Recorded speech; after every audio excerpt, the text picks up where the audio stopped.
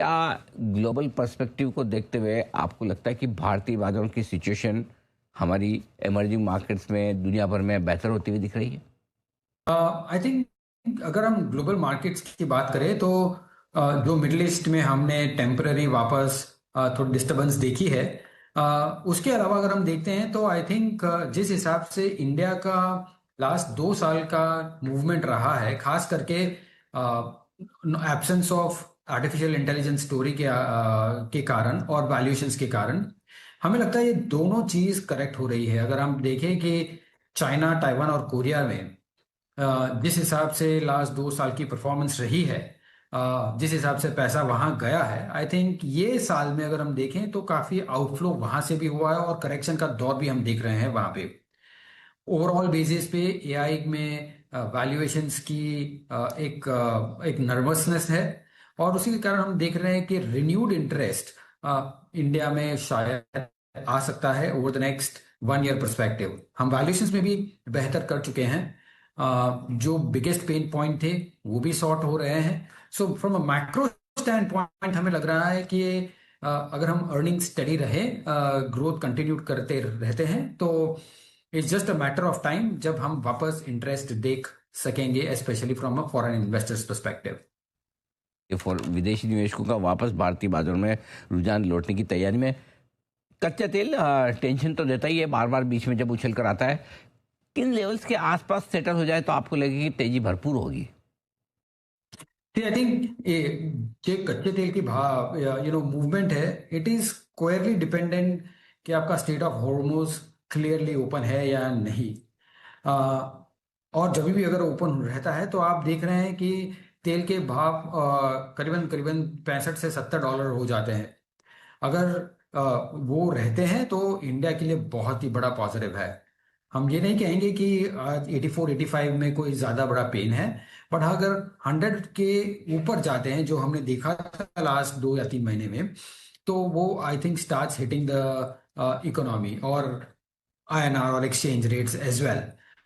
सो करीबन करीबन ये लेवल्स को ध्यान में रखना चाहिए जहां पे हमें मैक्रो टेलविंड कहाँ मिल सकता है। 65 70 पे हमारा टेलविंड बहुत ही अच्छा शुरू होता है और 100 के ऊपर अगर गया तो हेडविंड्स हो जाते हैं। बिल्कुल, ये अच्छी बात है आपने बताई। अब आइए सर, जिस तरह से नतीजों का सीजन शुरू हुआ है, कैसे देख रहे हैं आप? और पूरे रिजल्ट सीजन पर और खास तौर से आईटी शेयरों पर अपना व्यू दें। जी, आई थिंक अनिल जी, ये लास्ट क्वार्टर में अगर हम परफॉर्मेंस की बात करते हैं तो हमें लग रहा था इनिशियली कि बिकॉज कि आप मिडिल ईस्ट में बड़ी इतनी कॉन्फ्लिक्ट हुई है, सप्लाई चेन्स में काफ़ी स्ट्रेस हुई है, प्रॉब्लम हुई है, तो उसके कारण रिजल्ट और नतीजे अगर हम देखें तो पॉसिबिलिटी थी कि वो मीडियोकर हो सकते थे। बट जिस हिसाब से हम प्रीव्यूज देखे हैं, हम कम मैनेजमेंट के साथ बात की है, तो हमें लगता है कि काफ़ी बेहतरीन ऑप्टिमिज्म ओवरऑल बेसिस पे दिखाई पड़ रही है from an earning season standpoint. अगर ये क्वार्टर में थोड़ी अगर डिप्रेस भी होती है तो आई थिंक वो वन ऑफ रहेगी। और हमें लगता है कि ओवर द नेक्स्ट 9 मंथ्स और 3 क्वार्टर्स की बात अगर करते हैं तो अर्निंग्स काफी अच्छी तरह से रहनी चाहिए। आपका सेकंड क्वेश्चन जिस हिसाब से आईटी की बात करते हैं, आईटी हमारे हिसाब से आई थिंक एक ऐसा लेवल पे पहुंचा है जहां आपको on one hand valuations pretty cheap दिख रहे हैं on historical basis. Free cash flow yields भी pretty स्टेडी है।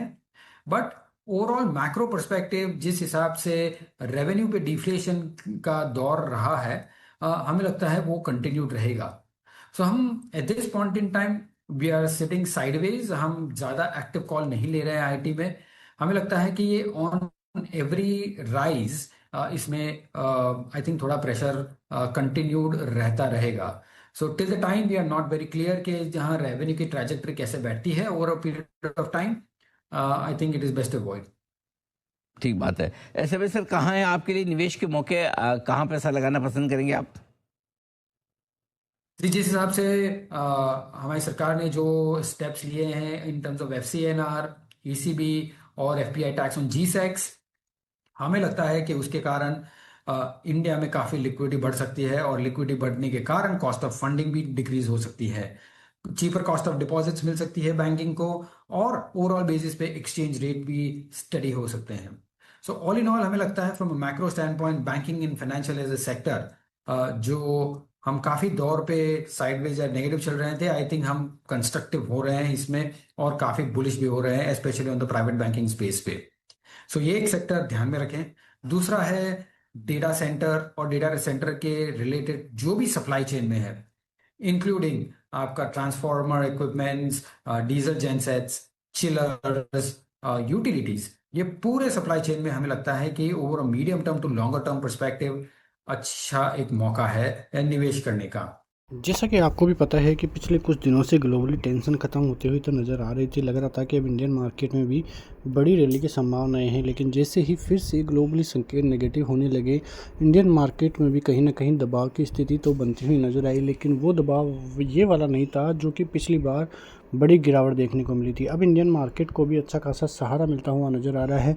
जैसा कि पिछले कुछ दिनों में इंडियन मार्केट में गिरावट हो रही थी, जबकि ग्लोबली जो देश थे वहाँ पे अच्छी खासी तेज़ी थी, ऑल टाइम हाई के लगभग उनके बाजार थे, लेकिन अब उन देशों की स्थिति अब ख़राब होती हुई नज़र आ रही है, जबकि उन देशों को इंडियन मार्केट ओवरबॉट करता हुआ ही नज़र आ रहा है। अच्छी खासी तेज़ी के संकेत इंडियन मार्केट की तरफ से हैं और विशेषज्ञों का भी यही मानना है कि इंडियन मार्केट में आने वाले दिनों में अच्छे और पॉजिटिव संकेत ही देखने को मिल सकते हैं। देखिए, जहाँ तक बात है नेगेटिविटी की, तो वो सबसे बड़ी है क्रूड ऑयल को लेकर, क्योंकि ग्लोबली संकेतों के बीच में क्रूड ऑयल के प्राइसेस $85 के पार कर चुके हैं और यदि यही स्थिति रही और ज़्यादा बड़ी तेज़ी क्रूड ऑयल में देखने को मिली तो संकेत फिर बिगड़ते हुए इंडियन मार्केट के लिए नज़र आ सकते हैं। दूसरा जो सबसे बड़ा धक्का है वो मानसून ने दिया है, क्योंकि मानसून की स्थिति इंडियन मार्केट के लिए काफ़ी नेगेटिव रही है।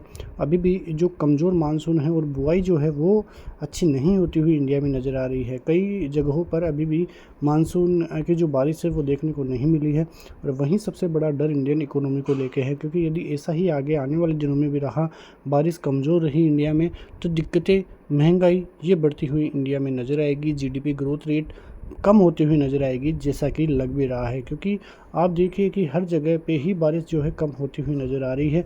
बुआई भी कई जगहों पे नहीं हुई है और औसत से कम बुआई हर साल के बाद ही कम देखने को मिली है, तो ये थोड़े नेगेटिव संकेत मार्केट के लिए है। लेकिन उसके अलावा ऐसी कोई चीज़ नहीं है जिसकी वजह से लगे कि इंडियन मार्केट में बड़ी गिरावट देखने को मिलेगी। जो सीज़न है नतीजों का वो भी चालू हो गया है।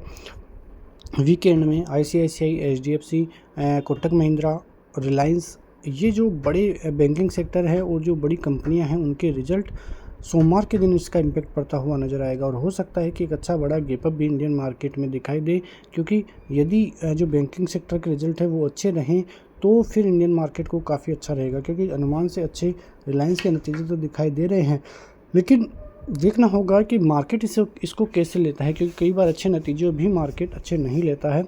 आगे की जो फ्यूचर जो इकोनॉमी है उसको देखते हुए इंडियन मार्केट के लिए काफ़ी बड़ी नेगेटिव और पॉजिटिव खबरें मैं आपको बता चुका हूं। तो आगे आने वाले दिनों में मंडे से काफ़ी ज़बरदस्त इम्पैक्ट इंडियन मार्केट पे अर्निंग सेशन का पड़ता हुआ नज़र आएगा। अर्निंग सेशन अच्छा रहता है तो वो इंडियन मार्केट के लिए अब एक लक्ष्मण रेखा है। लेवल्स की बात करें तो फिलहाल 24,300 के ऊपर बाजार है। 24,250, 24,050 ये अच्छे खासे सपोर्ट जोन है। बाजार इसको तोड़ता है तो दिक्कतें होगी, वरना ऊपर की तरफ इंडियन मार्केट के लिए खुला टारगेट जो है वो 24,800, 25,000 तक है। बाजार यहां तक जाने की कोशिश करेगा, लेकिन कई जगहों पे नेगेटिव न्यूज़ें भी देखने को मिलेगी, जिसका भी बड़ा असर इंडियन मार्केट पे दिखाई दे सकता है। फिलहाल इंडियन मार्केट को बैंकिंग सेक्टर लीड कर रहा है, आगे भी ऐसे ही लीड करेगा तो वो इंडियन मार्केट के लिए काफ़ी पॉजिटिव इम्पैक्ट होगा। मिलते हैं नेक्स्ट वीडियो में, तब तक के लिए जय हिंद।